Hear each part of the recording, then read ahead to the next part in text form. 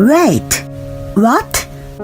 When I returned to the shadow stop after shopping at the store, my mother-in-law was nowhere to be found. I checked the timetable and found that the last shadow had left 5 minutes ago. As I was in despair, I received a call from my mother-in-law. Judith, the shadow.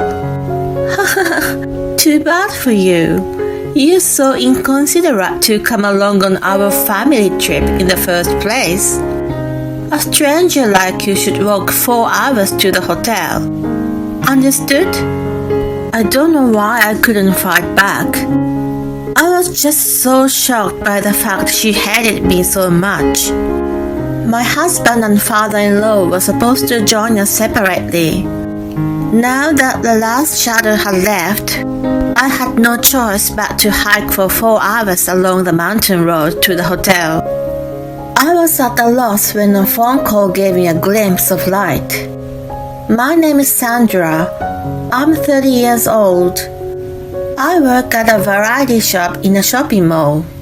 My husband Calvin and I have been married for almost a year. Since we had dated for 3 years and had lived together for 1 year before our marriage, it has been an ordinary couple's life with no major changes. My work has been going well, and I've been promoted to manager since the beginning of this year. The number of regular customers has increased, and some of them even come to the store specifically to chat with me. From the outside, one might say that my life is smooth sailing. However, I have one headache. It's the relationship with my mother-in-law Judith. She's been horrible from the first time I met her. When I visited my in-laws upon our engagement, she looked at me and said, "You can't be the fiancé, are you kidding me?" Her outrageous comment left my father-in-law and Kevin with their mouths hanging open. They were so shocked that their minds went totally blank. Kevin, who had come to his senses, hastily spoke up to her. "Mom, what the heck is wrong with you?" "Oh, no, sweetheart. I didn't mean anything bad. It's just that I had expected you to choose a prettier and classier girl." "Why are you being so rude? Sandra is the most wonderful woman to me."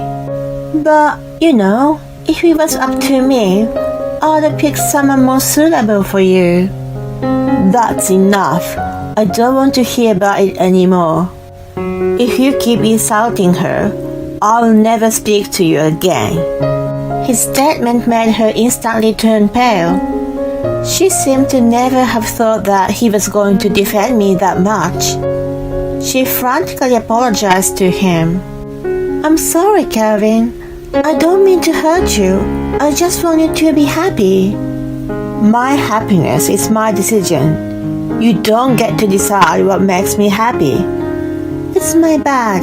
Don't be so mad at me. I didn't mean to upset you." "Then promise me you'll never say anything bad about Sandra ever again." "Of course, I promise I won't." She clearly agreed in front of all of us on that day. That was why I decided to let it go and move on. I hoped that we will be able to build a good relationship in the future. Unfortunately, that was not the case.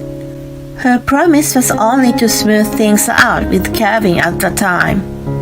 One day, about 2 months after our marriage, I suddenly received a call from her. Kevin and I didn't have a wedding, so I hadn't seen or spoken to her since that day. I hoped she wouldn't say anything strange again, and anxiously answered the phone. "Yes, hello?" Immediately she let out a loud sigh and accused me of something. "Sandra, I hear you've been carried away." "Excuse me?" "Kevin told me you're forcing him to do the housework for whatever reason." "I don't mean to impose on him." "Maybe not. He also defended you and said you both work, so you share the housework. But you know what? Housework is supposed to be a woman's responsibility. I stifled the urge to ask her which ear she was stuck in and just went along with her.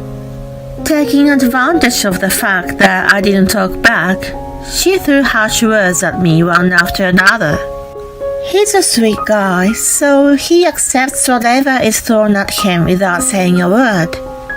If you take advantage of him, he will surely grow tired of you someday. I'm not quite sure what you're talking about. I think only he understands how he feels. How dare you? I'm his mother. Of course I know him better than anyone else. But he's never said anything like that to me. Shut up. Don't you ever talk over me. That's why people with lousy upbringing are. The memory of the day I met her came back to me, and my blood rushed to my head with great force. I barely restrained myself and continued talking calmly. Well, with all due respect, you promised that you would never say anything bad to me again, didn't you? I didn't say anything bad. I'm just saying what I think. I'm hurt enough. If you just want to make an insulting call, could you please refrain from doing so? Oh dear, that's why I didn't want him to marry a disobedient girl. She was satisfied with what she had said and hung up the phone before I could say anything back. The sound of the disconnected tone echoing in my ears increased my irritation. What the heck just happened? Did she take her time just to insult me? I couldn't get over it. I was adamant to report it to Calvin when he got home. When he did that evening, I immediately brought up the matter. He looked surprised and apologetic. Seriously, I'm sorry after all the warning I gave her. Not your fault. I can't talk back to her too. You have the right to. I'll call her now. Thanks. He took out his phone and called her right away. He was talking harshly the whole time, and I could hear Judith sobbing on the other end.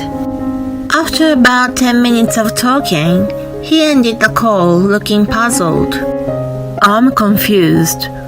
My mom kept insisting that she didn't mean any harm. She didn't, huh? Just like the last time? I mentioned to her a while ago that I was doing the housework. Apparently that prickled her nerves. That's what she said to me too, but don't worry. I cleared up the misunderstanding once again. I told her that it is our intention to share the chores and that you were not forcing me to do it. She said she understood. I hope so.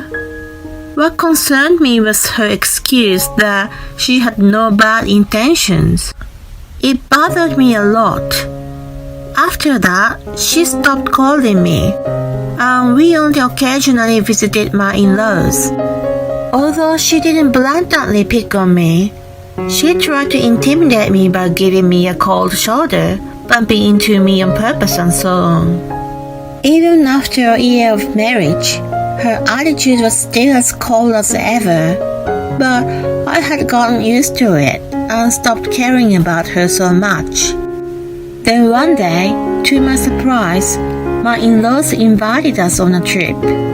Apparently, my father-in-law Dan had always wanted to go on a family vacation, but because of the relationship between Judith and me, he wasn't able to suggest it before. Since I had been paying much less attention to her, he interpreted it as a sign that we had been on the mend. He suggested the four of us go on a trip to a lakeside. Of course, Calvin readily agreed, but asked what I wanted to do. I had no reason to decline the invitation. I didn't know what Judith thought about it, but I thought it might have been a good opportunity for us to get to know each other better. With such positive thinking, I gladly accepted the invitation. 1 month later, on the day of the trip, we had to take a mountain road to the destination. At the foot of the mountain, there were many sightseeing spots which I was looking forward to visiting. Calvin and Dan, on the other hand, decided to go hiking in the mountains. Since Judith and I weren't so fit, we inevitably decided to go separately. Calvin asked me if I would be okay, but I didn't suspect she would do anything to me during the trip. I assured him that I would be okay, and we parted with a smile. As I thought, Judith never harassed me after we became alone. Sandra, look at this glasswork. Isn't it so beautiful? These pastries look delicious. Let's buy some for later. I read that this variety store is famous. Since you work in the same field, you must be interested.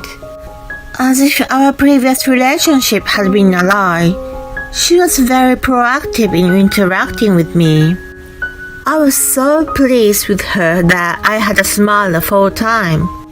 To be honest, I wasn't keen on being alone with her, but it turned out to be great, and I was moved. I let my guard down without knowing what awaited me later. It was almost dusk when we finished sightseeing. We were going to make the last shadow that Judith had checked in advance. When we arrived at the shadow stop, Judith looked at her watch and muttered we still had 10 minutes. It would take almost an hour to get to the cabin going up the mountain road. I was thankful for the shuttle service. Calvin and Dan were going directly by car. While Judith and I waited for the shuttle to arrive, she apologetically asked, "Sorry to ask, Sandra, but can you go buy me a drink? I'm a little thirsty." "Sure, what would you like?" "I would like a tea, not too sweet. I'd also like some snacks." "Okay, I'll be back." I took my wallet and my phone and headed for the convenience store a short distance away. 10 minutes would have been enough time. I picked out some snacks that I thought she would have liked and paid the bill. But then when I returned to the bus stop, she was gone. Wait, what? I hurriedly checked the timetable and found that the last shuttle had left 5 minutes ago. As I was in despair, I received a call from her. "Judith, the shuttle." Her high-pitched laughter cut me off. I was bewildered, not knowing what was going on, as she triumphantly said, "Too bad for you. You're so inconsiderate to come along on our family trip in the first place." "Inconsiderate? Why did you lie about the time?" "Because you've been acting up and annoying me. You're just a stranger to me. Is that what you think of me? A stranger like you should walk 4 hours to the cabin. Understood?" I don't know why I couldn't fight back. I was just so shocked by the fact that she hated me so much. At that moment, I felt sadness and an inexpressible anger welled up inside me. How dare she? What did I do to deserve this? Fine, I'll make it to the cabin by foot.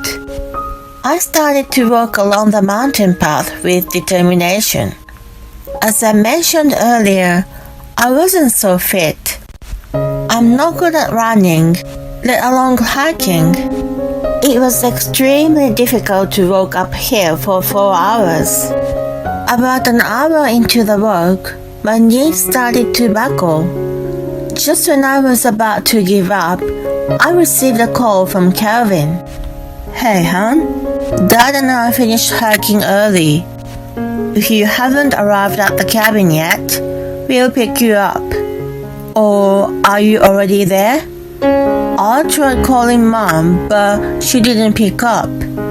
I left her a message. Help me. Honey? Help me, please come and get me. I found myself in tears and screaming. The sun had already set, and there was only the mountain road ahead of me.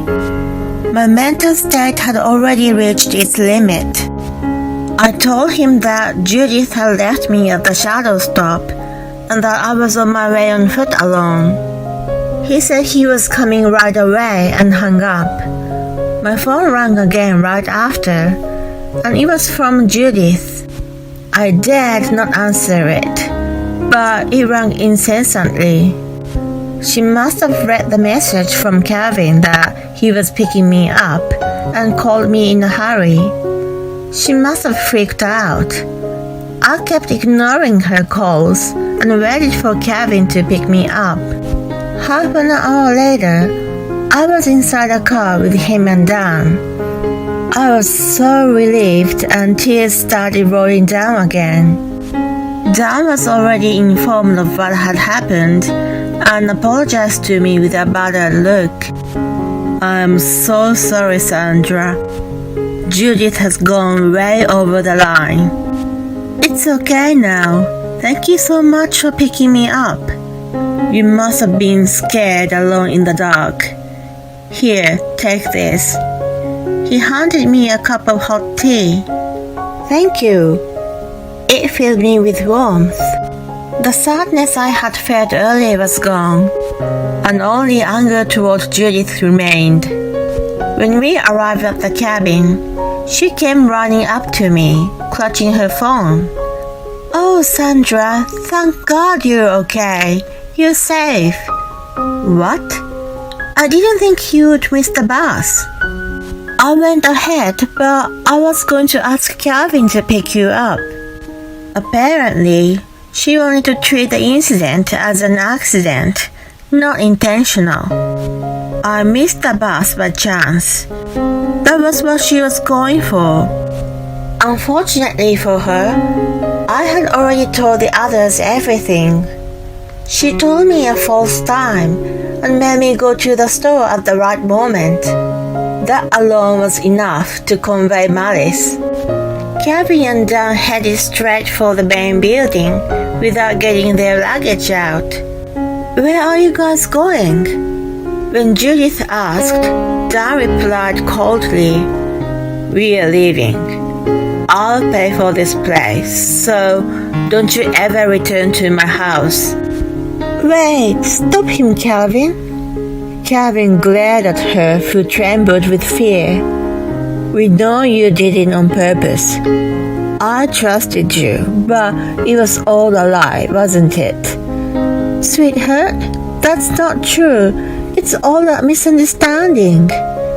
What did I misunderstand? You lied about the time and left Sandra behind. That's what you did, right? Always pretending it wasn't your fault. It was always you. I'm deeply disappointed. Oh, Calvin, I'm sorry. Forgive me. I'm not the one you should be apologizing to.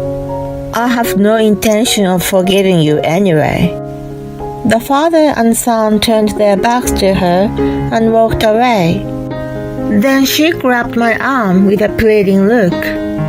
She was probably trying to get me to forgive her and get on the good side with them. I shook off her hand and said firmly, Please don't touch me.